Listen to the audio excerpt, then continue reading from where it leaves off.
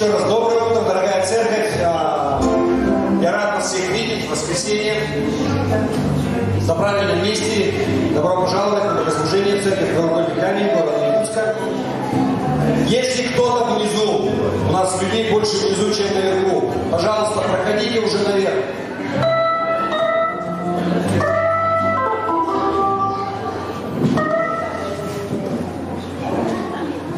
Давайте мы поднимемся на наши ноги.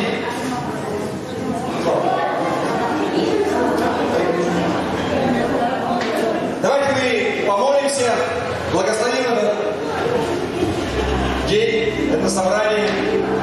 И мы будем прославлять Господа, будем ожидать от Него.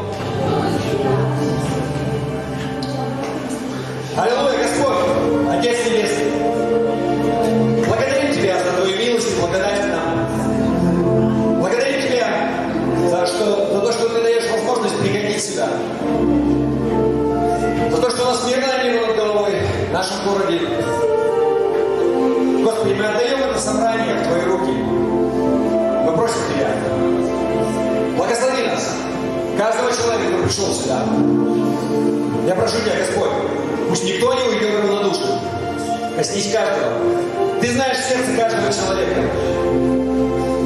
В чем человек нуждается? Кто-то нуждается в ободрении,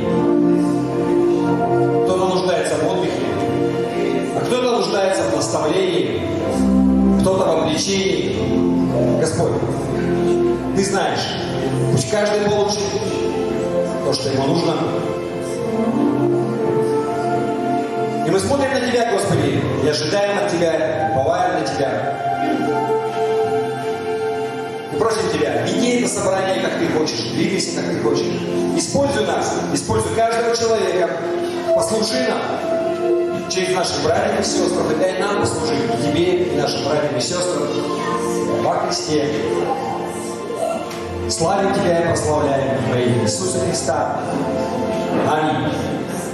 Давайте мы будем славить Бога. И когда мы будем славить, давайте мы будем славить, как никогда раньше. У нас расширили состав благодаря музыкантам с Церкви Слова Жизни, за что им большое, огромное спасибо.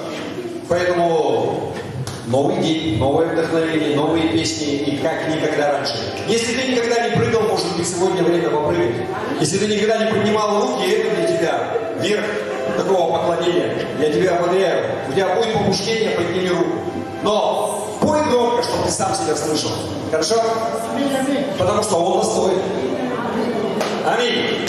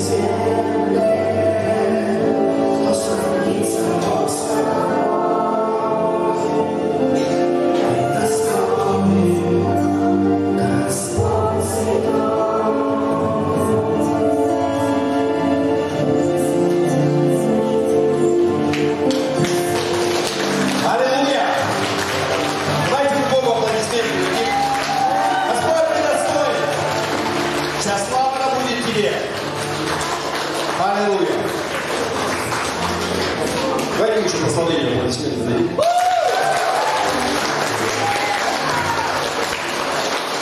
Но моя вина, я совсем забыл их предупредить, что я хотел, чтобы сегодня прославление было чуть-чуть больше, чем обычно. Я ничего не сказал, и поэтому я стою, машу рукой, что продолжайте, продолжайте. Но, слава Богу, что мы делаем? Мы молимся за детей на каждом собрании, и поэтому дети, подростки, если есть беременные, вы тоже можете выходить, мы будем молиться также за того ребенка, который находится внутри.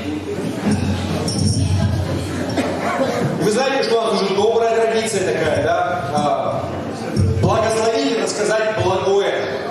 Или по-русски современным языком это хорошее. Сказать что-то хорошее, провозгласить что-то хорошее, жизнь детей. В Библии написано, что жизнь и смерть она во власти языка. И мы, как верующие, имеем эту власть в духовном мире. Кто благословляет своих детей? По-другому, кто говорит что-то им хорошее? Мы обязательно говорим что-то хорошее. Вы знаете, важно говорить не только здесь, да, потому что если ты будешь раз в неделю говорить что-то хорошее и благословлять их, а дома ты будешь говорить, что ты такой сякой, то что-то не стыкуется, да? Поэтому говорите также, провозглашайте нечто хорошее в жизни детей постоянно.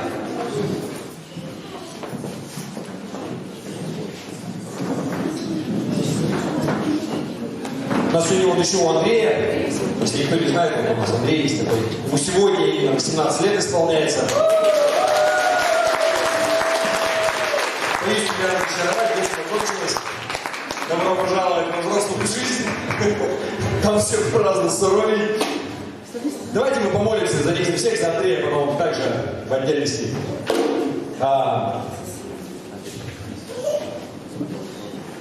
Еще, подождите. Дима и Ефрема, можно пока не уходить? Дождитесь меня, ладно, я пару слов хотел спросить. Вы торопитесь, да? Нет. Все, хорошо. Давайте помолимся за детей. Отец Небесный, Господи, благодарим Тебя за каждого ребенка, за каждого подростка. У нас почему-то незначительная часть только детей сегодня здесь. Мы просим за всех, кто в зале, и за всех, кто вообще был когда-либо в нашей церкви, и по каким-то причинам сейчас отсутствует где-то дома, может быть, еще где-то. Господи, мы приносим всех перед Тобой и просим Тебя. Господь, благослови их, как мы их благословляем. Всякие Твои благословения. Господь, пусть Твоя рука будет над ними во все дни их жизни, уберегая их от зла. Господи, убереги их от злых людей, от злых намерений, от плохих компаний, Господи. Сейчас, когда формируется личность, Господь, мы просим Тебя, Господь, поставь рядом верных, хороших наставников, с которых они могут брать пример, которые окажут положительное влияние на их жизнь, которые будут формировать их характер в нужном русле, Господи. И прежде всего мы просим Тебя, Господь, пусть их жизнь, она будет духовная. Пусть в свое время каждый из них, он выберет Тебя осознанно, выберет жизнь. Господь, пусть они научатся слышать голос Твой. Пусть чудеса будут в их жизни, Господи. Пусть они молятся Тебе и получают ответы. И я прошу Тебя, Господи, пусть каждый из них, Ты дал ему какой-то талант. И может быть и не один, Господь. Пусть каждый из них, он знает, найдет этот талант, и пусть он его развивает. И я провозглашаю, что каждый из них, он будет лучше в какой-то сфере. Лучше всех других. Люди будут смотреть на них и говорить, как круто у них получается. И будут отдавать славу Тебе. Пусть это будет реальностью, Господь. И весь Божий нам сказал. Аминь. И давайте мы еще за Андрея помолимся.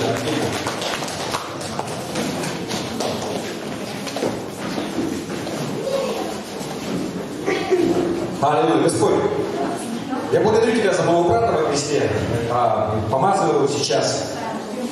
Веди его дальше по жизни, Господи. Ты знаешь его сердце, знаешь его планы, Господь. Давай ему новые желания. Благословляем его, в этом году он поступает. Благослови его поступление, Господи. Пусть он поступит на ту специальность, которую он выбрал, Господи. Пусть он закончит успешно и будет хорошим специалистом. Не просто высшее образование, но применит это на работе, Господь. Пусть также служит в теле Твоем, Господь. Ты усмотрел что-то для него. Мы доверяем Тебе, Господи. И просим Тебя, Господь, надели его крепким здоровьем, физическим и крепким духовным и душевным здоровьем. Я провозглашаю, что в нем будет стержень. Просто крепкий, и он никогда не прогнется ни под чью волю, Господи, но будет отличать добро от зла и не пойдет на компромисс со своей совестью. Во имя Иисуса. Пусть будет так. Аминь. С днем рождения. Хорошо. Еще. Мы всегда молимся за нужды. И, знаете, меня радует вообще, я не знаю, по какой причине, может быть, люди забыли, но у нас вот есть коробочка, чуть не сказал волшебная, да, куда мы приносим записочки, мы пишем наши нужды. Потом мы всей церковью за это молимся. Но на самом деле, вы же понимаете, если я забыл записать, это ничего не значит вообще. Мы приносим молитву перед Богом. И сейчас, когда мы будем молиться, понятно, что я не могу назвать, не могу это озвучить. Но мы все вместе здесь, церковь, мы соглашаемся. И когда мы молимся, мы помним, да, что молитва – это разговор с Богом. Каждого – это личное взаимоотношение. Поэтому, когда мы будем молиться как церковь, но ты проговаривай свою нужду перед Ним, хорошо? И мы все соглашаемся и будем просить за это, чтобы Господь Он восполнился. Хорошо? Так же, как у нас заведено по обыкновению, мы помолимся за все церкви. Ну и так далее. То, что мы обычно делаем, я надеюсь, ни у кого это отторжение не вызывает. Хорошо? Давайте мы помолимся. Отец Небесный, Господи, благодарим Тебя. Благодарим Тебя прежде всего за нашу церковь, Господи, за людей, которых Ты даешь. За Твое помазание, за Твое водительство, Господи. Мы уповаем на Тебя и просим, чтобы это дальше продолжалось, Господи. Не хотим ничего человеческого, Господи, чтобы делалось здесь. Пусть если какие-то дела есть человеческие, они умрут просто. Не принесут никакого плода, даже если сеются какие-то семена такие. Но всякий плод, который от Тебя, который по Твоей воле, Господи, пусть он принесет плод. Ты сказал, что потому узнаю, что вы мои ученики, что будете иметь любовь между вами. Господь, я провозглашаю любовь. Я провозглашаю единство. Один Бог, один Дух. Не дай ничему просто, никаким разногласиям в церкви нас разделить, Господи, потому что мы служим Тебе. Также, Господи, мы просим Тебя за все церкви в городе Якутске, в Якутии, по всему Дальнему Востоку и в России, Господь. Есть разные деноминации, но у Тебя одна Вселенская Церковь, Господи. У нас разные предназначения, но Ты один великий Бог, Господь. Веди нас дальше. Все церкви. Господь, благослови пасторов в каждой церкви. Многие из них, они стали пасторами, потому что больше некому было. В свое время откликнулись 90-е на Твой призыв, Господи. И мы почитаем этих людей, Господи. Благослови во имя Иисуса Христа. Пусть они дальше слышат голос Твой, идут за Тобой и ведут церковь, которой Ты им доверил, Господи. Отец, мы просим Тебя также за правительство нашей страны, нашей республики, нашего города, Господи. Нет власти ни от Бога. Ты поставил этих людей, мы просим Тебя, Господи, чтобы у них было рвение при Тебе, был страх по Тебе. И, Господи, чтобы они делали все для того, чтобы улучшить жизнь людей в этой стране, в нашем городе, в нашей республике, Господи. Благослови их, аминь. Господи, мы просим Тебя за ситуацию на Украине, Господи, где наша страна проводит военную операцию, Господи, и, конечно же, наше желание, чтобы как можно меньше людей пострадало, как быстрее все это закончилось, Господи. Мы не политики, мы не принимаем в этом участие, но мы просим Тебя, Господь, сохрани как можно больше жизни. Там есть христиане, там есть неверующие люди, Господи. Может быть, это такое окно возможностей для того, чтобы люди слышали Евангелие и там, Господь. Прибудь с ними, Господи, пусть будет решение у них во имя Иисуса, Господи. Отец, мы просим Тебя также за каждую нужду, которая есть в нашей церкви, за физические нужды, Господи. Кому-то нужна работа. Господи, дай, просто усмотри так, чтобы это была хорошая работа, высокооплаченная. Господи, чтобы оставалось время на семью, чтобы не просто там с утра до вечера, не поднимая головы, Господи, чтобы был хороший коллектив. Кто-то, если нуждается, просто благослови, Господи. У кого-то есть, кто-то не может принять решение или принял решение, но сомневается, правильно ли поступать или нет. Господь, я прошу Тебя, пусть будет мир и спокойствие и полная ясность от Тебя, сверхъестественным образом. Просто дай немало не сомневаться, но чтобы люди, они приняли решение, и чтобы это решение, оно было с твоих благословений. Во имя Иисуса, Господь. Также мы просим Тебя, Господь, за болящих. Каждого, у которого есть какая-то болезнь, есть какая-то немощь в нашей церкви. Именем Иисуса Христа я провозглашаю полное исцеление. Что бы ни было, Господь, помажь. Просто исцели. Мы верим, что Ты, Господь, целитель. Что Иисус, Он умер за нас, и Он исцелил нас своими ранами, и Он пролил кровь за это. Господь, благослови. Мы также верим, что Ты можешь дать исцеление и через врачей, Господь. Если у кого-то предстоит визит к врачу, может быть какая-то операция, Господи, дай мудрости врачам, чтобы они не навредили, но чтобы через Тебя, может быть, пришло исцеление. Пусть будут правильные диагнозы и правильные действия. Во имя Иисуса Христа мы провозглашаем. Аллилуйя, Господи. Щита сарабал и вей. Господь, также всякая нужда, которая есть. У кого-то есть просто как духовные атаки, нет мира в сердце. Просто покрываем все прямо сейчас. Кровью Иисуса Христа я провозглашаю мир и радость, и спокойствие во имя Иисуса Христа. И ведь Божий народ сказал? Аминь. Аминь. Да будет так. Слава Богу за все. Что у нас? Присаживайтесь. Мы как бы не будем затягивать. Я сейчас сделаю небольшой блок объявлений, как мы обычно делаем. Также. Вы знаете, что я уже говорил, у нас в этом году будет молодежный выезд. Да, первый раз.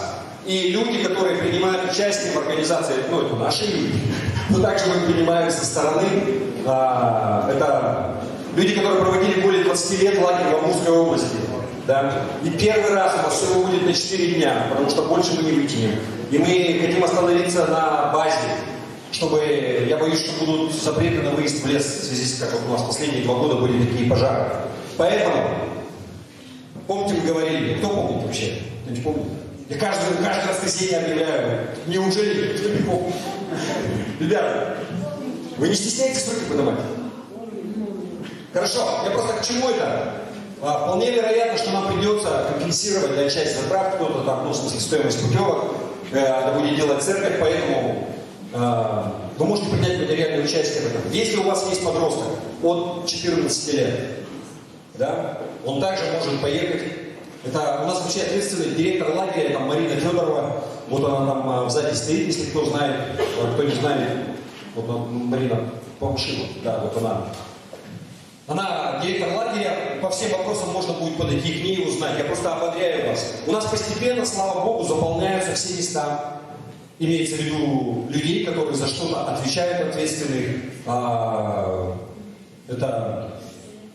Там так много такой список, что я даже не знаю, с чего начать. Да? Но там и администраторы, и вожатые, или как это называется, наставники. Наставник будет один, не больше, чем на 8 человек. И спортинструктор, и повара, и так далее, и так далее, и так далее. Это все люди на добровольной основе. То есть это большое, то есть там завхоза 2, которые будут подвозить боеприпасы, чуть не сказал, продукты. В духовном смысле, потому что, знаете, молодежи нужно питаться. И я уже забыл, когда я был молодым, но у меня вот сейчас подрос сын, и я понимаю, я вспоминаю, что в принципе, да, можно съесть вообще в принципе все, и закидывать. Когда тебе 18 лет, у нас очень много парней там, я как бы с ужасом, ну, в хорошем смысле, как бы, да, то есть они едят очень много. Вот, слава Богу за это.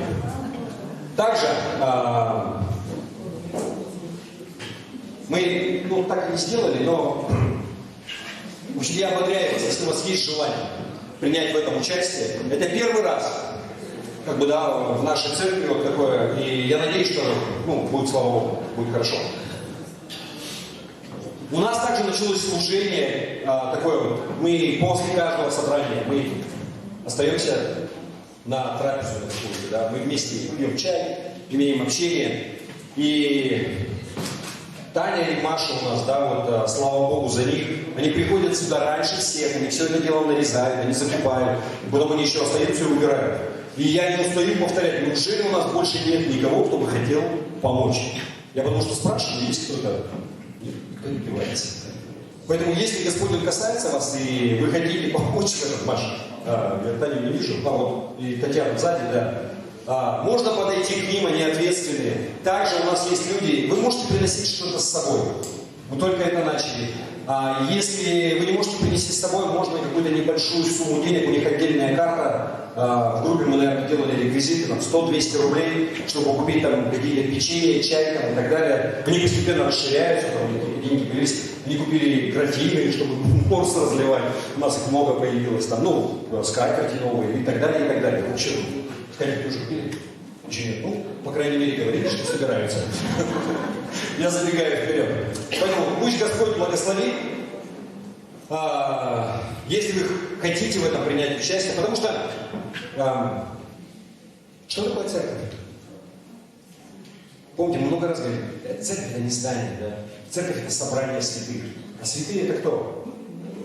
Покажи на себя. Святой это отделенный, да, отделенный для чего-то. Избранный народ, да. Церковь это мы. И мы создаем церковь, мы ее устрояем. Если не ты, то кто? Если не я, то кто, да? Хорошо? Все, я не буду много говорить, у нас сегодня гость. Последняя вещь, которая у нас есть. В нашей церкви мы, как и, наверное, во всех церквях, мы собираем десятины и пожертвования. Если вы первый раз в церкви, вы не понимаете, что это такое, вообще не переживайте. Нет никакого осуждения, никакого принуждения, никто там просто не посмотрит, да. В Писании написано, что доброохотно дающего любит Бог, уже можно ведро раздать. Как бы, да, чтобы нам время не тянуть. Есть реквизиты также в группе, пожертвования можно сделать в электронном виде. Вот. И пусть Господь благословит каждого. Я коротко помолюсь, не буду ничего говорить, поэтому, если вы знаете, мы учим обычно в других местах о десятинах. Не вставайте, я просто помолюсь. Хорошо? Господь, я прошу Тебя, благослови каждого человека, который когда-либо вообще давал в церкви, в любой церкви. Давал на Твое дело, Господь. Я прошу Тебя, пусть рука его, она не оскудеет, как Ты сказал. Пусть будет богат на всякое доброе дело. Я провозглашаю просто, на все будет хватать. Я разрушаю всякое бремя и проклятие долгов. Господь, я надеюсь, настанет тот день, когда в церкви у каждого человека не будет долгов вообще. Как Ты сказал, что не будьте никому ничего должными, кроме взаимной любви.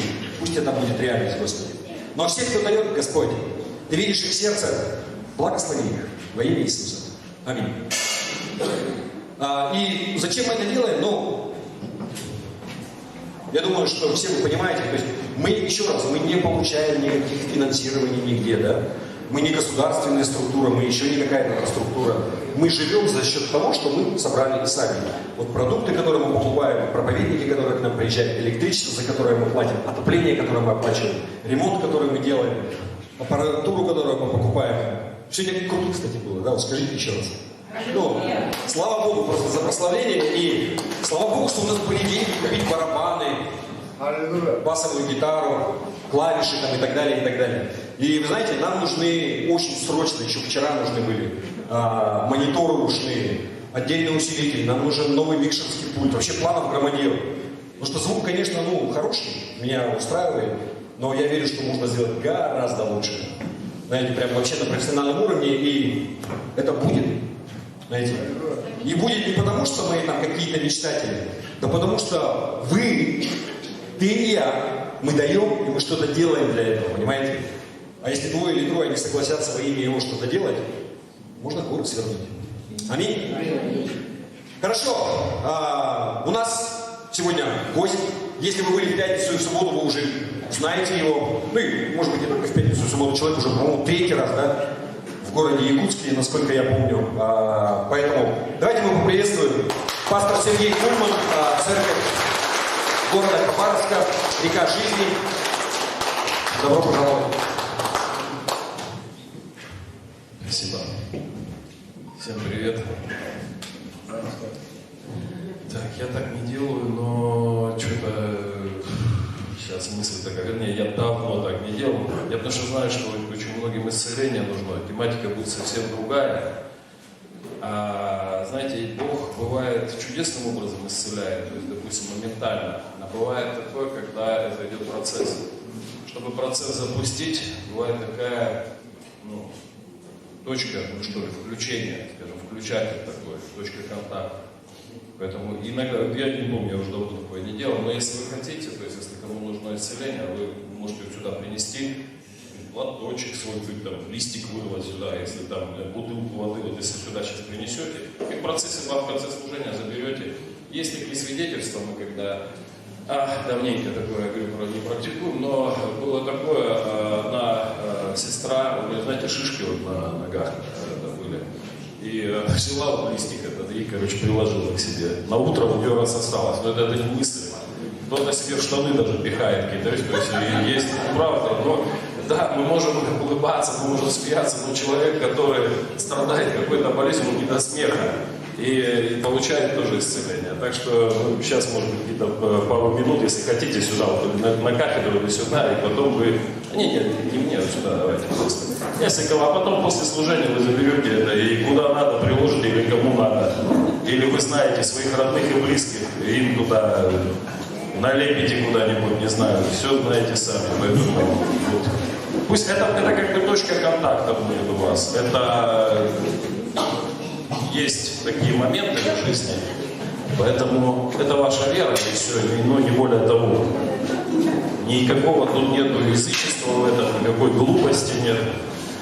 А когда вы это возьмете, приложите или приложите к своим родным и близким, то вот это ощущение во времени длительно, оно как бы дает, ну, вот эту веру. То есть у меня же есть этот контакт, значит будет. Поэтому, а дальше будут там какие-то свидетельства, что-то скажете, что-то расскажете друг другу.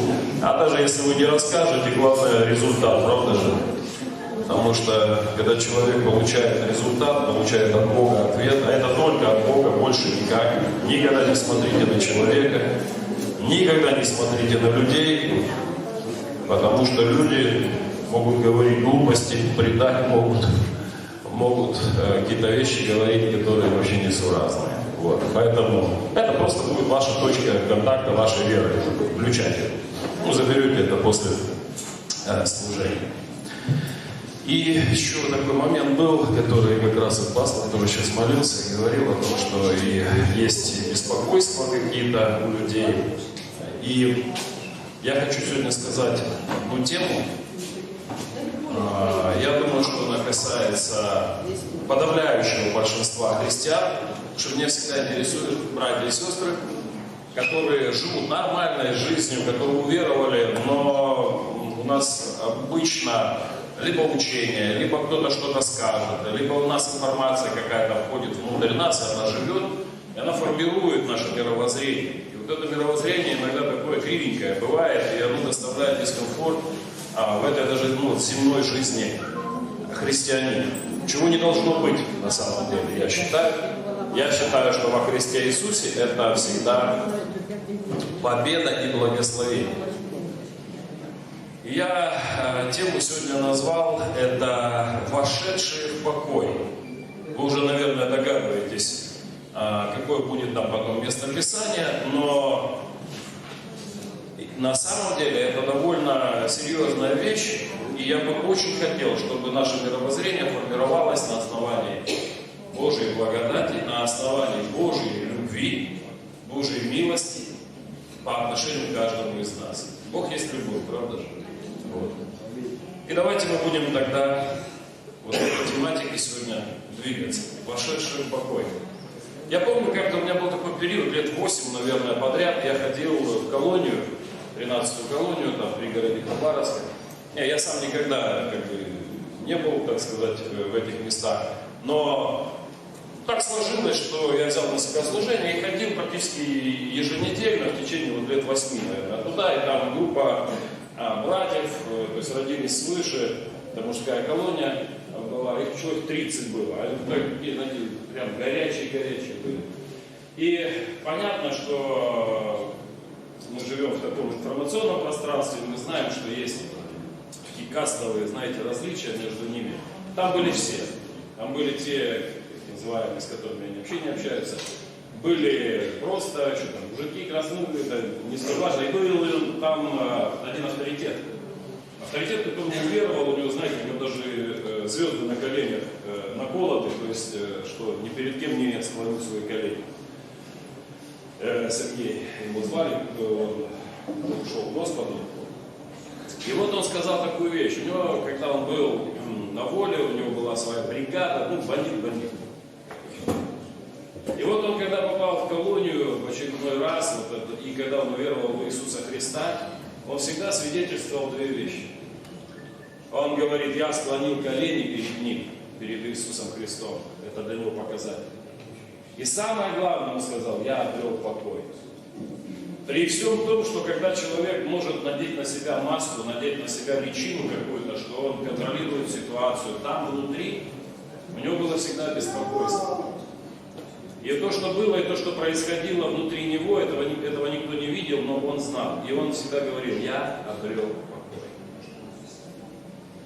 И вот это вошедшее в покой, я хочу, чтобы мы с вами поняли, как это и насколько это касается каждого из нас. Послание к евреям, когда мы его откроем, надо будет понять один такой момент.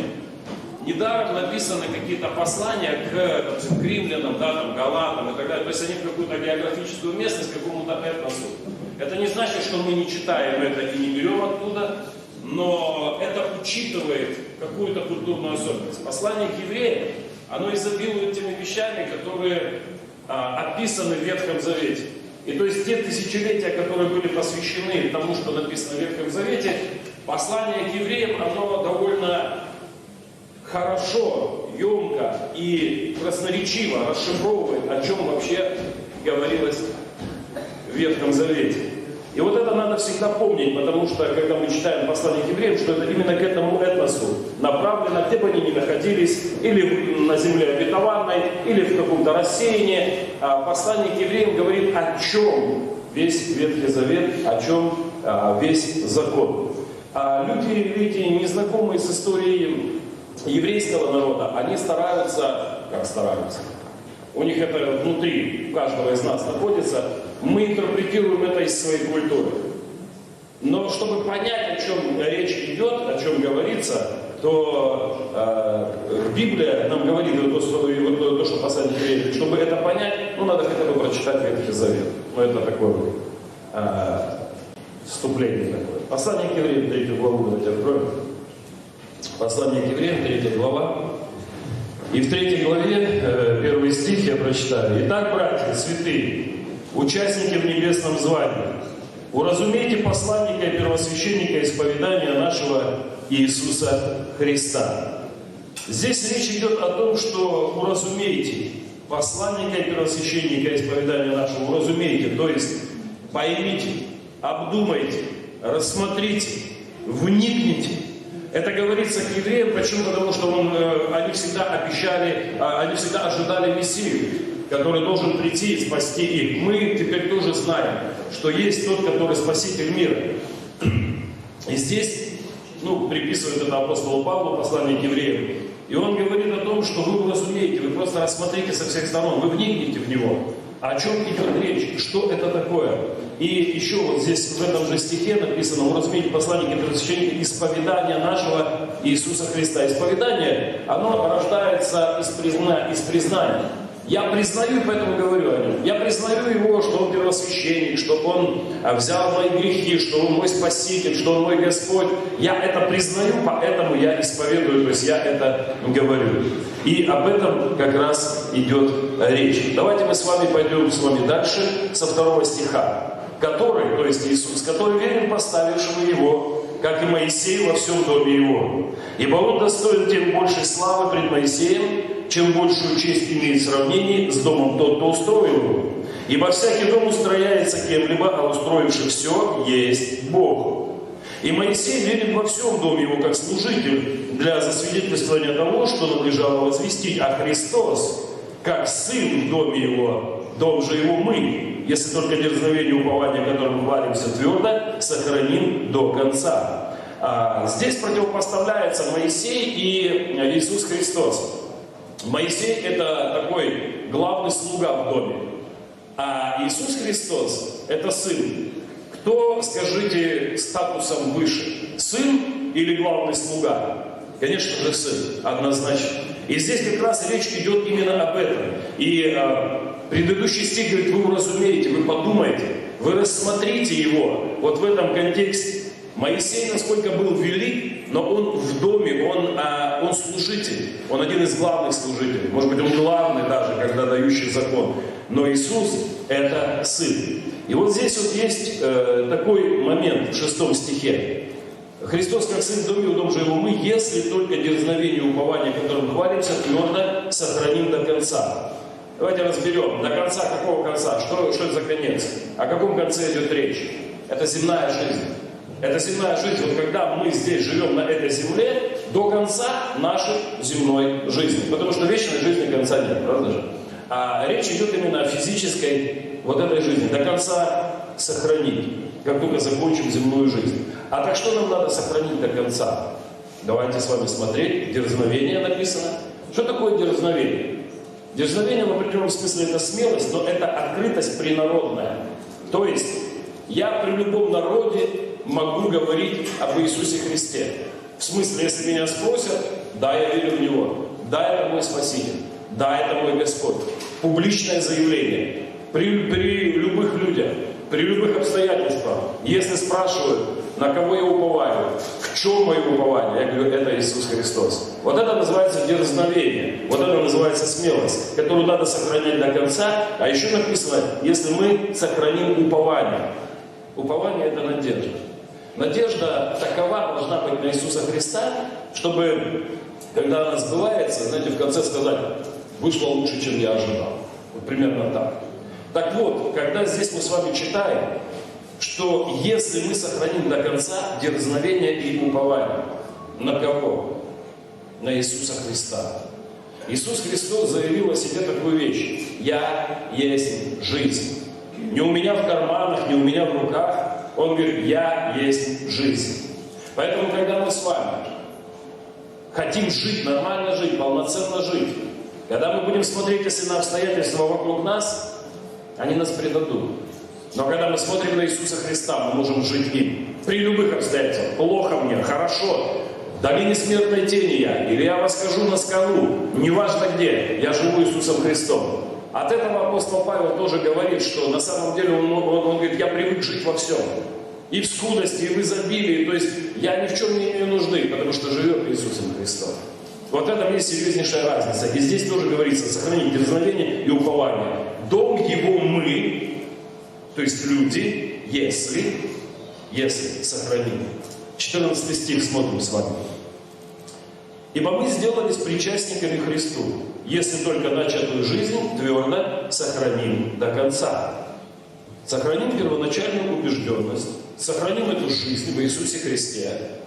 То есть, таким образом, здесь как раз и говорится, мы сделались частью, причастники Христу. Природа Христа в нас. Мы сделались, если только сохраним до конца. Что надо понимать здесь? Здесь никаких страшилок и пугалок нет. Это послание к евреям.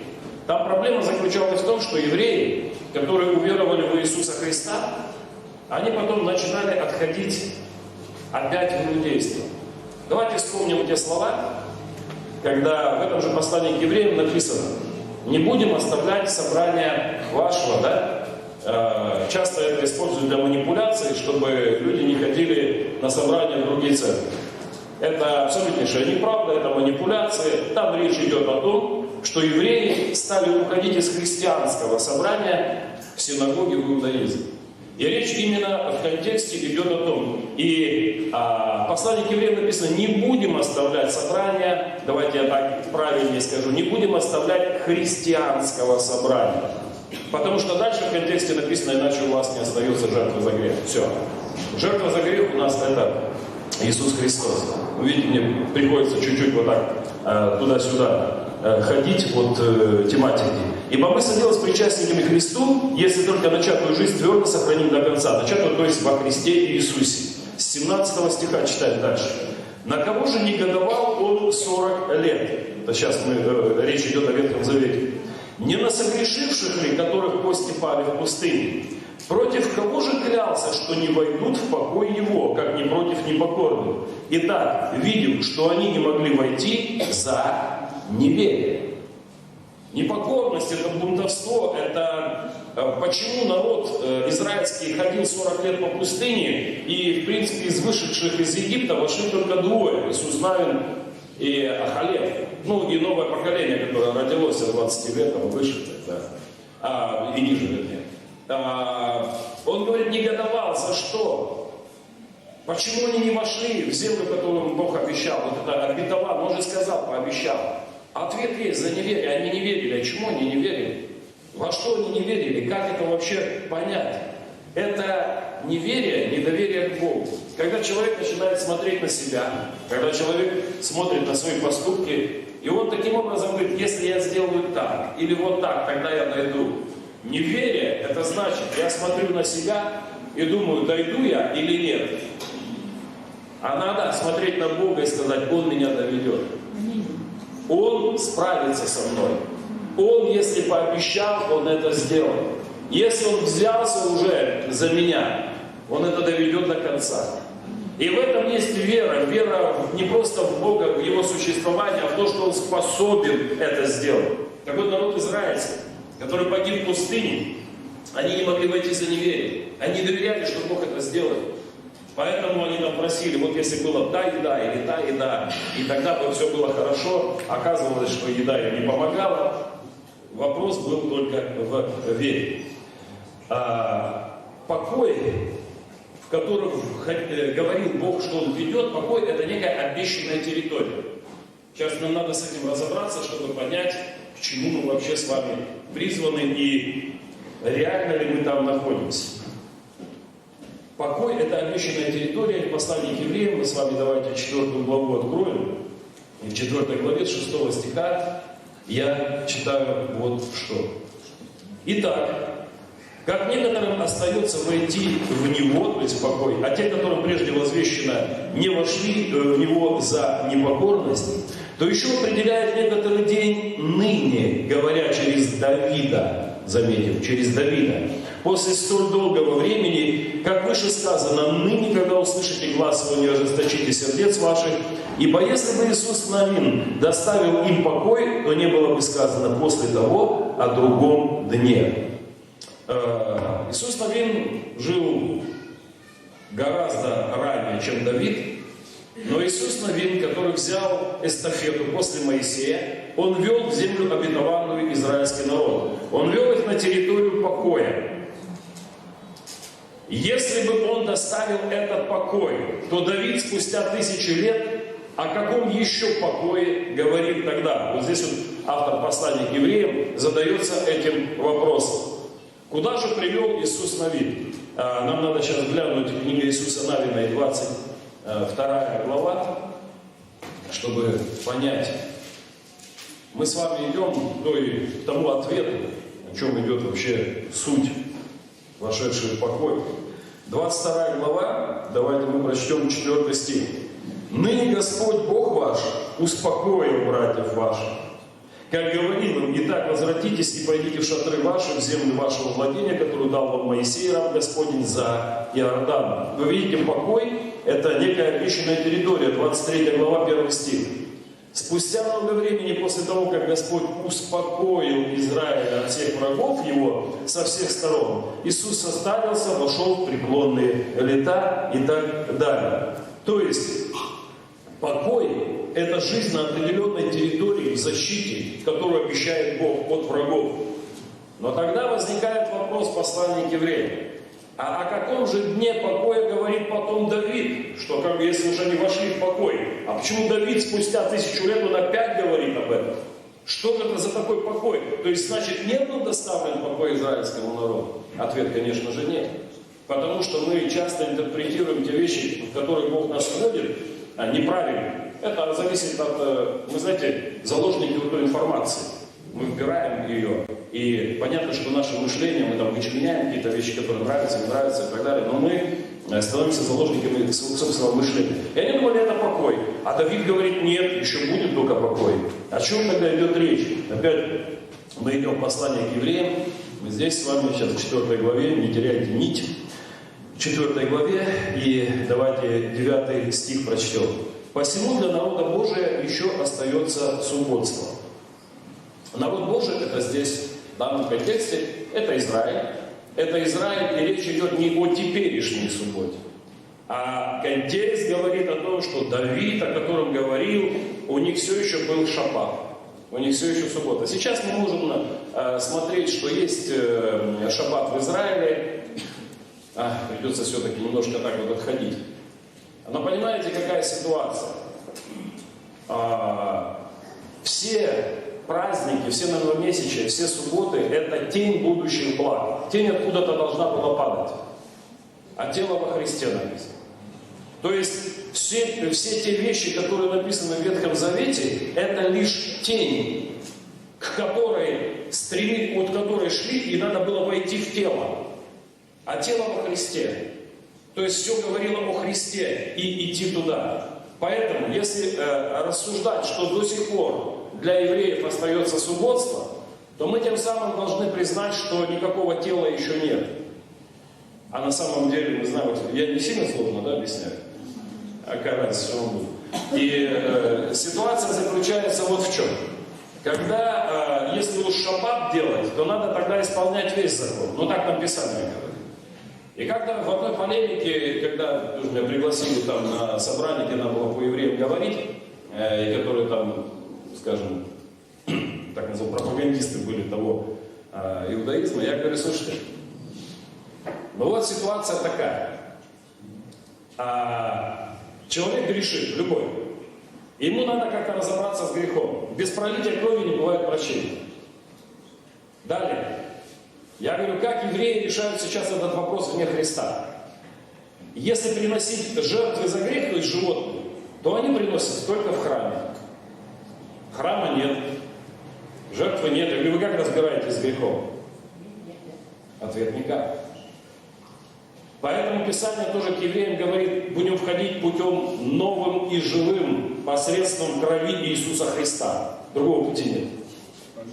И вот здесь получаются вот эти все ситуации к евреям, они расшифровывают и говорят о Христе. И поэтому здесь для народа Божия остается субботство, это не сейчас, это речь идет о том, что и от Навина до Давида, от Давида до пришествия Христа, они все еще были в шаббате, они все еще жили в тени. Но когда пришел Иисус, пришло это тело, и туда народ входит, все начинает абсолютно изменяться. Поэтому таким образом происходит. То есть покой где-то существует.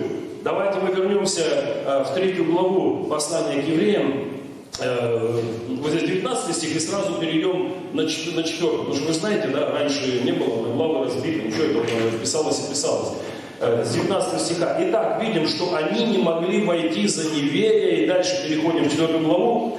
Посему будем опасаться, чтобы когда еще остается обетование, обещание войти в покой его, не оказался кто из вас опоздавшим. Павел, судя по всему, если это он пишет, апостол Павел себя не отождествляет с ними. Он говорит, кто из вас опоздавший. Павел говорит, что он не опоздал, он пошел, он в покое, у него все нормально. Но кто из вас не остался опоздавшим, он говорит к евреям, 2 стих. Ибо и нам оно возвещено, как и тем, но не принесло им пользы слово слышанное, не растворенное верою слышавших. Итак, здесь идет обещание, что до сих пор кто-то из евреев может опоздать войти в покой, который был обещан еще народу, когда они выходили из Египта, и то, что было обещано Моисею. Теперь смотрите 3 стих. А входим в покой мы, уверовавшие. А входим в покой мы, уверовавшие. Вопрос, уверовавшие в кого? Евреи верили в Бога. Евреи верили в Бога, в Яхве. Они всегда в Него верили. О чем идет речь? Как попасть в покой? Уверовавший, конечно, в Иисуса Христа. Нету другого имени под небом, в котором мы бы с вами спасались, кроме имени Иисуса Христа. Помните, когда Иисус разговаривал с учениками, когда у него спрашивали о спасении, много ли спасенных и так далее, он говорил об узком пути. Узкий путь – это одно имя – Иисуса Христа. И там есть такая фраза, которую он сказал: «Многие поищут и не возьмут». Можно искать в разных религиях, можно искать даже в иудаизме, но пройдешь мимо. Узкий путь – это одно имя, это Иисус Христос, и больше никого, и больше никак. И только таким образом входят в покой. И поэтому апостол Павел говорит, входим в покой мы уверовавшие в Иисуса. 10 стих, давайте мы здесь прочтем.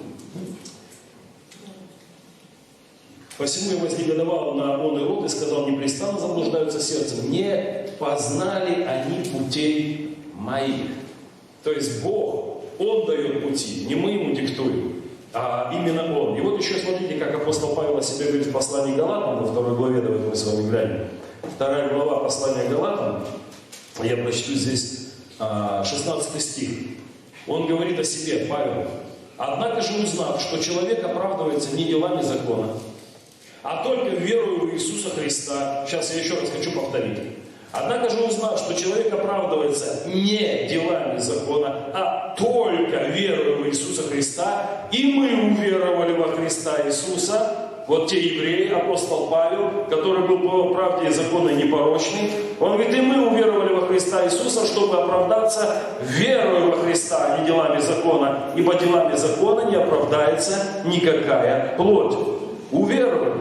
Потому что когда весь Израиль и весь Ветхий Завет, когда закон Моисеев говорит о делах, какие надо обряды, ритуалы, все, что надо совершать, и человек жил тогда законом. И он пытался жить этими делами и этими поступками. Но Павел говорит, когда он о себе пишет, он говорит, обрезанный 8-й день, еврей от евреев, то есть там из колена Вениаминова. Он говорит, все по закону, по правде закона, не порочен. Но он говорит, на самом деле я однажды узнал, что это меня не оправдывает вообще никак. И узнав, что оправдывается человек только верой в Иисуса Христа. Услышите? Альтернативы нет. Нету параллелей. Есть только одно, кем мы спасаемся, это вера в Иисуса Христа. Что Он решил вопрос с моим грехом. Что Он пострадал, Он умер за мои грехи и воскрес. Все. Нету альтернативы, никаких параллельных путей, пересекающихся, ничего нет. Только Он. И в этом есть ответ. И делами, когда человек пытается достичь Бога, он в беспокойстве. Он не может находиться в покое.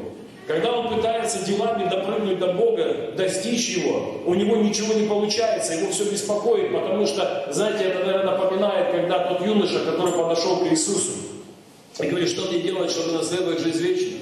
Он ему говорит, ну ты что там читаешь, как там, какие там заповеди? Он ему перечисляет. Говорит, ты молодец, ты недалеко от Царства Божьего. Но там есть такая фраза Иисуса, одного тебе не достает. Но он пойдет еще одно сделать, потом придет. И ему опять будет сказано, одного тебе не достает. И опять пойдет что-то делать и придет, ему сказано будет, одного тебе не достает. Делами никогда ты не достигнешь этого результата. Никогда. Есть только вера в Иисуса Христа. И больше абсолютно ничего. И Иисус Христос, это на самом деле настоящий покой. Входим мы в покой, уверовавшие. Это территория безопасности. Это территория, в которую входит любой христианин, и он находится в безопасности. Это не значит, что у меня не будет проблем на земле. Потому что вся земля, она проклята еще Богом, именно земля, не человек. Она произрастит тернии и волчицы. Писание так говорит. Земля всегда сопротивляется нашей жизни. Всегда такое мы видим. У нас по маслу особо-то ничего в жизни не идет. Как будто всегда надо что-то преодолевать. В семейных отношениях, в профессиональных отношениях, в служении. Вообще везде люди, как будто бы они тебе мешают. Вообще жить без людей было бы легче, правда же? Но в том-то и дело, что мы живем в социуме, и так Бог нас создал. И получается, что мы, пытаясь избавиться от этих вещей, мы не понимаем даже, что мы хотим. Итак, тернии волчицы, да, она противится нам везде, во всем, куда мы не сунемся. Но человек, он не проклят, поэтому есть определенные благословения. Давайте мы откроем с вами Евангелие Иоанна, 3 глава.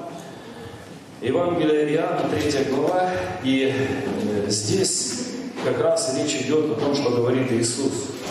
3 глава. Давайте я прочту с 14 стиха. «И как Моисей вознес змею в пустыне, так должно вознесено быть Сыну Человеческому», ну, то есть Иисусу, «дабы всякий верующий в Него не погиб, но имел жизнь вечную». было событие, когда народ израильский шел по пустыне, и они дошли до той территории, когда там было много змей. И когда змей жалил человека, там яд, и, конечно, от яда змеиного человек погибал. Тогда Бог сказал Моисею сделать медного змея, выставить на знак, ну, как бы они сделали, не знаю, как это особо выглядело, но это было на каком-то древке, медный змей. Его поднимали, и вот если жалил этот змей живой, то надо было посмотреть на этого медного змея, чтобы исцелиться. Послушайте, там были сотни тысяч людей, возможно, там даже несколько миллионов говорят, потому что там споры идут и теории. Вы представляете, даже вот если вот возьмем вот город, да, ваш, и вот это все население, вот оно, как оно расположено, вот по всему городу, и где-то вот этот змей находится, его где-то, вот надо на него смотреть. Мы же его не увидим с любой точки города. Так не бывает, даже если не будет домов. Так не бывает. Так в чем суть была? А суть ты знаешь, где он находится. Если тебя змея жалила, ты в ту сторону смотрел. Ты смотрел туда, и ты исцелялся. Иисус Христос, Он приводит аналогию, Он говорит, со мной произойдет то же самое. И когда, если какой-то грех, если что-то тебя жалит, если что-то пытается тебя убить, просто направь взгляд там, где я. Потому что жертва Иисуса Христа работает всегда. И ты остаешься жив. Ты даже его четко можешь не видеть, но ты знаешь, где он. Ты знаешь, что он поселился внутри тебя. Ты знаешь, что его жертва работает. И ты обращаешься к этой жертве. Ты сразу на территории безопасности. Потому что тебя эта жертва спасает. Она решает твои вопросы. Эта жертва решает вопрос с твоей смертью. С твоей вот эти все проблемы. Эта жертва решает. И ничто больше. И поэтому он говорит, как было, когда с этим медным змеем, со мной говорит то же самое. На территорию мы быстро попадаем, обращая свой взор туда, к Иисусу. Мы сразу на той территории безопасности. То, о чем говорит Господь Иисус Христос. Давайте мы с вами пойдем чуть дальше, 18 стих теперь. Что Он говорит, что Господь нам говорит. 18 стих. Верующий в Него, то есть в Сына, то есть в Иисуса Христа, верующий в Него не судится. А неверующий уже осужден, потому что не уверовал во имя единородного Сына Божия. Не судится категория людей, верующих в Иисуса Христа, так как суд совершен. Мы уже вчера тоже об этом говорили, но я сейчас чуть-чуть хочу еще немножко пошире это сказать. Потому что Он взял на себя мой грех. Суд надо мной совершен. И я признаю это. Я признаю, что Он за меня умер. За меня. Все. Если за меня кто-то умер, меня судить уже не за что. Все. Заместительная жертва произошла. Входим в покой, мы уверовавшие. Я в покое. Со мной все решено. Со мной все решено. На суд не прихожу. Решено. Я решено очень четко. 36 стих давайте здесь прочтем. Верующий в Сына имеет жизнь вечную. А неверующий в Сына не увидит жизни, но гнев Божий пребывает на нем. Смотрите, речь идет, верующий в Сына имеет жизнь, имеет, это несет. Имеет, или можно перевести, несет жизнь эту вечную в себе. По причине, что уверовал в Сына, уверовал в Иисуса Христа. И ты уже носитель этой вечной жизни, потому что Он поселился в тебя и в меня. Только лишь по вере в Иисуса Христа. Иоанна 5 главу, давайте мы с вами откроем. Иоанна 5 глава, я прочту здесь 24 стих. 5 глава, 24 стих. Истина, истина говорю вам. Это вот, кстати, интересно, когда Иисус говорит, это, там на иврите, да, там когда амен, амен, то есть Он говорит, он дважды повторяет, и вот то, что сейчас скажу, это истина. Вы просто должны понять, что это истина. Он дважды говорит. Истина, истина, без сомнений, без всяких отрицаний. Истина, истина говорю вам. Слушающий Слово Мое и верующий пославшего Меня имеет жизнь вечную и на суд не приходит, но перешел от смерти в жизнь. У меня вопрос. Переходит или перешел? Перешел. Это вчерашний день. Когда ты уверовал в Иисуса Христа, свершилось. Когда я уверовал в Господа Иисуса Христа, я перешел, я не в процессе перехода. Я перешел, и Он говорит дважды, я вам истину говорю. Это слова Иисуса Христа. перешел, и не сомневайся, что ты в каком-то переходе, в коридоре в каком-то находишься, в предбаннике чего-то. Нет, ты перешел. Он дважды повторяет и говорит, это истина. И мало того, он говорит такую вещь, что, слушай, Бог верующий, пославший меня, имеет жизнь вечную, на суд не приходит. На суд не приходит в этом месте Писания, когда идет речь о суде, который будет осужден всякий неверующий человек. По-гречески это слово звучит как кризис. Всем знакомо, да, слово кризис? Так вот этот кризис, вот мы в кризис не приходим. Имеется в виду не кризисные ситуации. Имеется в виду, что на суд, на кризис, где происходит осуждение, отделение, это имеется в виду кризис. Вот мы туда с вами не приходим. Это не для нас. Это для неверующих людей. А куда же мы с вами приходим? У нас есть один момент, в который мы с вами придем. Я вчера говорил, но я не зачитывал это. Хочу зачитать вам. Это второе послание Коринфянам. Второе послание Коринфянам. И 5 глава. И в 5 главе написано вот что. 2 Коринфянам. 5 глава. И в этой 5 главе написан 10 стих. «Ибо всем нам, это христианам, должно явиться пред судилище Христово, чтобы каждому получить соответственно тому, что он делал, живя в теле, доброе или худое. Всем нам надлежит прийти на судилище Христово». Судилище, здесь слово «вема». Это постамент, это некий шаг, это возвышение. Это раздача наград. Это не решение об отделении. Это не суд, кризис. Это вема. Это совершенно разные вещи. И когда мы придем туда, вы знаете, я в силу своего служения прекрасно понимаю, христиане они очень разные. И в теле живя, пользуясь телом, кто-то делает добрые вещи, кто-то злые. Такое бывает, к сожалению. Так вот там вопрос награды. Как ты проявлял себя, свой дух через тело. Это не вопрос спасения. Мы спасены. Мы перешли от смерти в жизнь. Это вопрос нашей награды. И каждый получит награду. Понимаете, это будет вопрос раздачи награды. Я вам вот что хочу сказать. Если я не получу никакой награды, я буду все равно счастливый человек. Потому что я живу вечно во Христе Иисусе. В этом вся суть. Но раздача награды, когда издеваются над людьми, над христианами и говорят, знаете, вы придете к Богу, Он скажет, а ты вот так-то, так-то поступал, вот это было бы твоим, а я тебе не дам. Это не награда, это наказание. Так Бог делать не будет. Я уверен и убежден, что любой получит награду такую, которой ты будешь абсолютно доволен. Там... Когда нам будут даны даже новые тела, они безгрешные, вы понимаете, зависти не будет. Спора не будет. То есть, любая награда, которую получит человек, он будет абсолютно доволен этим. А если не получит, он будет доволен тем, что он живет вечно. Вот какое судилище нас ждет. Но это не лишение спасения. Это не суд, кризис. Нет, еще раз нет. Входим в покой мы уверовавшие. Это территория безопасности Иисус Христос. Туда ведет Бог человека. И когда ты туда вошел, никаких теней не остается, ты в теле. Ты попал на эту территорию. Ты живешь, наслаждайся им. Иисус говорит, я есть жизнь. И можно жить им, наслаждаться им, общаться им. Просто познавать Его, каков Он есть.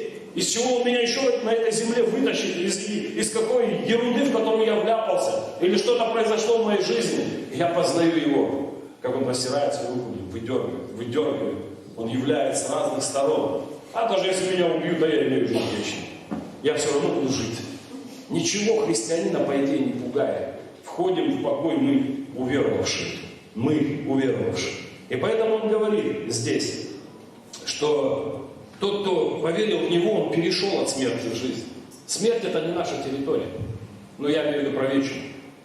А физическая, конечно, она всех настигнет. И здесь речь идет о перешел от смерти в жизнь. Все, мы с вами на территории жизни. И мы с вами живем. Давайте Иисуса Навина откроем. Иисуса Навина. И 3 глава. 3 главу откроем. И в 3 главе я прочту вот что. 3 глава с 1 стиха. «И встал Иисус рано поутру, и двинулись они от Ситима, и пришли к Иордану, он и все сыны Израилевы, и ночевали там, еще не переходя его. Через 3 дня пошли надзиратели по стану и дали народу повеление, говоря: когда увидите ковчег завета Господа Бога вашего и священников, левитов, несущих его, то и вы двиньтесь с места своего и идите за ним. Впрочем, расстояние между вами и им должно быть до 2000 локтей меры. Не подходите к нему близко, чтобы знать вам путь, по которому идти, ибо вы не ходили сим путем ни вчера, ни 3-го дня». В истории Израиля, в истории вообще человечества до того момента не было никогда случая перехода реки, чтобы эта река была осушена. Такого не бывало никогда в истории. И вот здесь Бог велит через Иисуса Навина, а он говорит надзирателям, вот они говорят такие вещи. Когда вы увидите, что ковчег Божий, это присутствие Божие, где он является, Бог является народу израильским, когда он пойдет, когда священники понесут туда, только вы на расстоянии километра где-то должны находиться, 2000 локтей, например, на расстоянии километра, чтобы вам видеть путь. Вы, то есть речь идет, вы не знаете этот путь, но сам Бог проложит. Скажите мне, как можно при разливе Иордана, да, когда он-то вообще речушка-то совсем не широкая, но когда разлив происходит, он заполняет очень-очень большие пространства. Ты не знаешь, где ты пройдешь. Мало того, ты не пройдешь, потому что ты утонешь, это невозможно. Мы не знаем этого пути, путь закрыт, его нет. Кто нам его откроет? Только Бог. Новый Завет говорит такие слова: когда пришла полнота времени, Бог послал Сына Своего. То есть все должно сложиться к одной точке, и тогда приходит Иисус, и Он идет впереди. Начальник и совершитель веры, Он впереди. Он никогда не просит человека идти тем путем, которым он сам не ходил. Иисус везде прошел, и Он впереди. И когда говорят о видении, там еще я слышал одного, и взял тоже себе это за девиз, слышал одного уже довольно старого служителя, он уже там, наверное, там 80 было, он служил десятки лет, и он говорит, меня до сих пор не спрашивают, какое у тебя видение? И он говорит, какое у меня видение? Видеть спину Иисуса Христа и идти за Ним. Вы знаете, вот это самое четкое видение. И его не теряй из виду, что он хочет, куда иди. И двигайся за Ним. Вот и все видение. И здесь, когда надзиратели идут и говорят, ковчег, когда будет занесен в реку, вы смотрите где, потому что вам надо будет пойти там. А такого не бывало никогда. И происходит нечто, да? Давайте читать в этой главе с 13 стиха. «И как только стопы ног священников, несущих ковчег Господа, владыки всей земли, ступят в воду Иордана, вода иорданская иссякнет, текущая же сверху вода становится стеною». Понятно, что это сверхъестественные вещи. И так, когда народ двинулся от своих шатров, чтобы переходить Иордан, и священники понесли ковчег завета перед народом, то лишь только несущий ковчег вошли в Иордан, и ноги священников, несших ковчег, погрузились в воду Иордана. Иордан же выступает из всех берегов своих во все дни жатвы пшеницы. Это поправка, что это совсем не узкое было место. Вода, текущая сверху, остановилась и стала стеною на весьма большое расстояние до города Адама, который подле Цатана, а текущая в море равнины, море солено, ушла и иссякла, и народ переходил против Иерихона. Священники же, несшие ковчег завета Господня, стояли на суше среди Иордана твердую ногою. Все сыны Израилевы переходили по суше, доколе весь народ не перешел через Иордан. Дело не в священниках. Дело в том, что они несли ковчег присутствия Божьего. Дело не в том, что это священник. Знаете, и наш Господь Иисус Христос, Он первосвященник. Помните, с чего начинали читать послание к евреям? Уразумейте, рассмотрите первосвященника нашего, посмотрите на него со всех сторон. Он пришел в подобие плоти греховной, Он взял плоть человеческую, но в нем обитала полнота божества телесной. Он проложил этот путь, Он говорит, я есть путь. И вот этот путь, который прокладывался израильскому народу, вот эти священники, которые несли присутствие Божие, они, когда вошли туда, само присутствие Божие, это его идея, остановило течение реки. она встала, чтобы люди могли перейти в другую местность, на другую совершенно территорию. И человек не знает этот путь, но сам Бог его открывает, сам Бог помогает человеку перейти. И когда человек переходит на ту сторону, что-то тогда происходит. Помните, мы сейчас с вами читали Иоанна, когда он говорит: верующий в меня перешел от смерти в жизнь. Это можно еще перевести: переселился. Произошло переселение с одной точки в другую. И народ израильский, он не знал, как перейти. Божье присутствие останавливает реку, переходит, они переселились на ту сторону. И давайте мы с вами прочтем сейчас в 4 главе, с 15 стиха буду читать.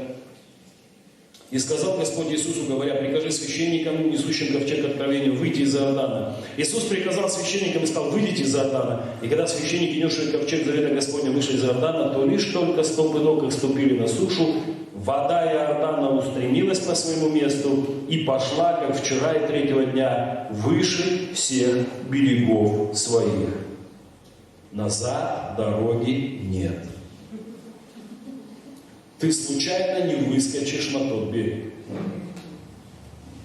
Истина, истина, говорю вам, это слова Иисуса, что верующий в меня на суд не приходит, но перешел, переселился из смерти в жизнь.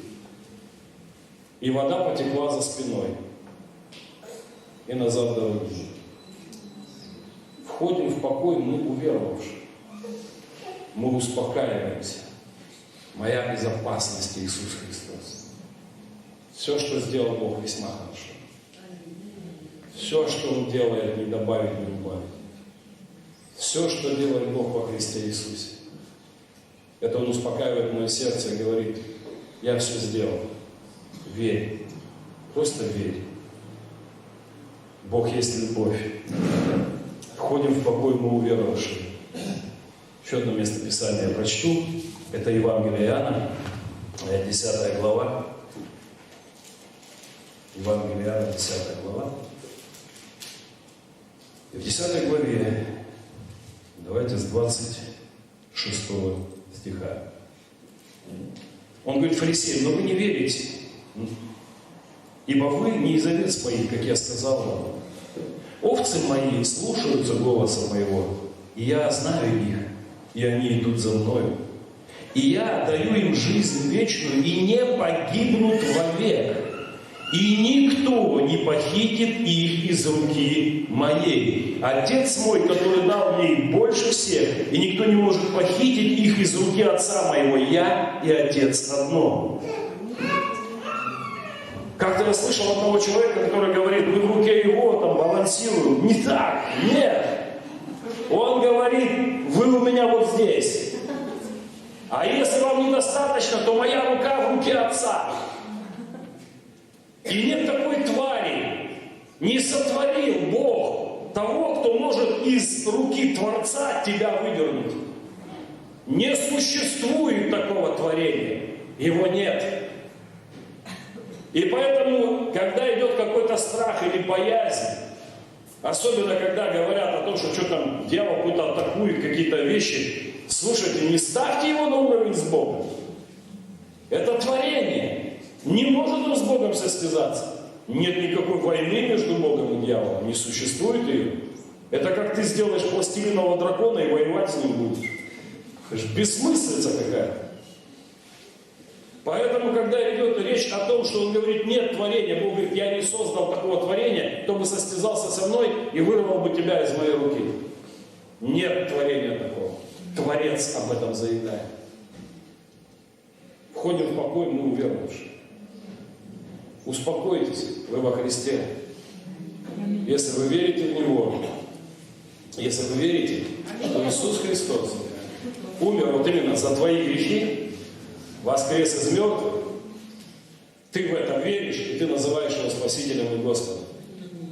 Ты на территории безопасности. А тело умрет.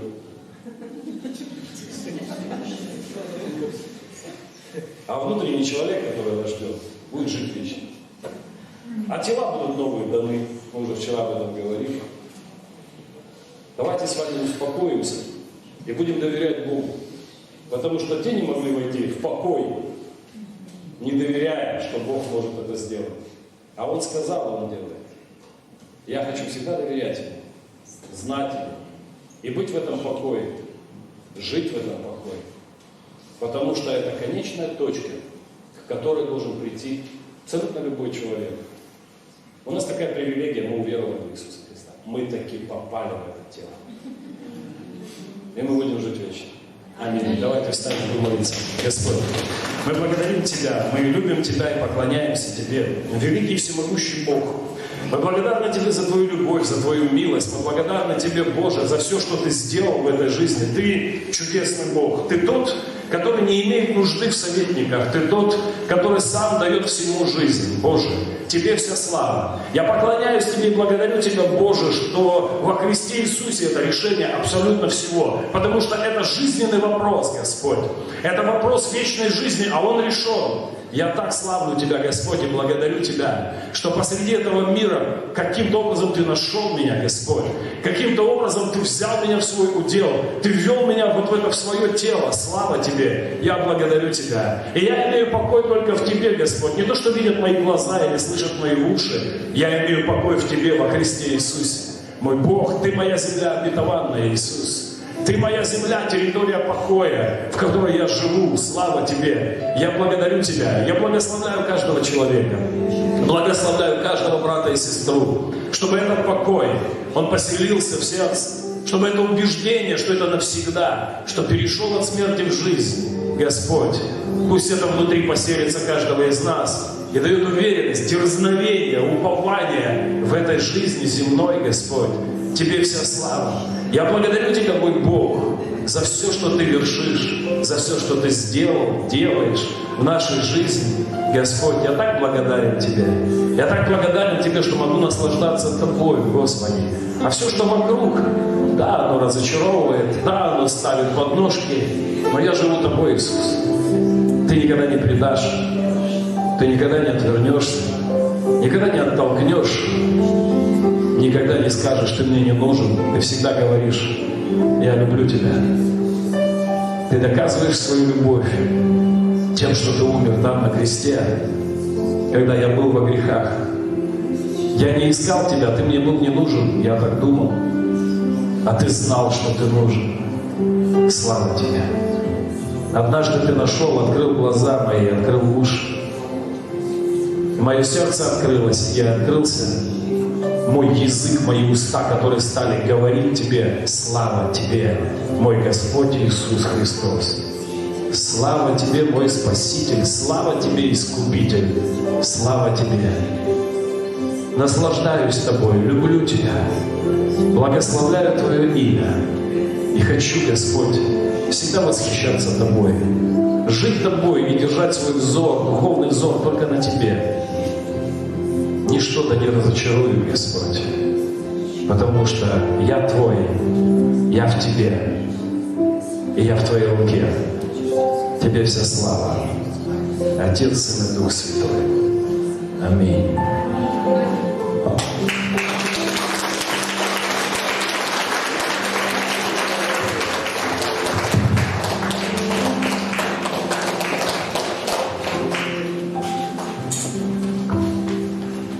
Хорошо,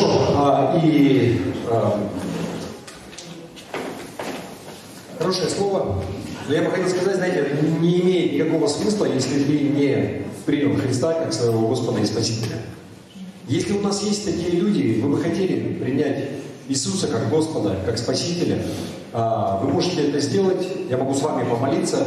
Поднимите руку, чтобы я видел, если у нас есть кто-то. Еще раз внимание на тех, кто вы никогда не молились. У нас есть одна девушка. И если кто-то еще есть, вы можете выйти сюда, хорошо? Давайте мы вместе помолимся сейчас. Дайте мне какое-то время просто.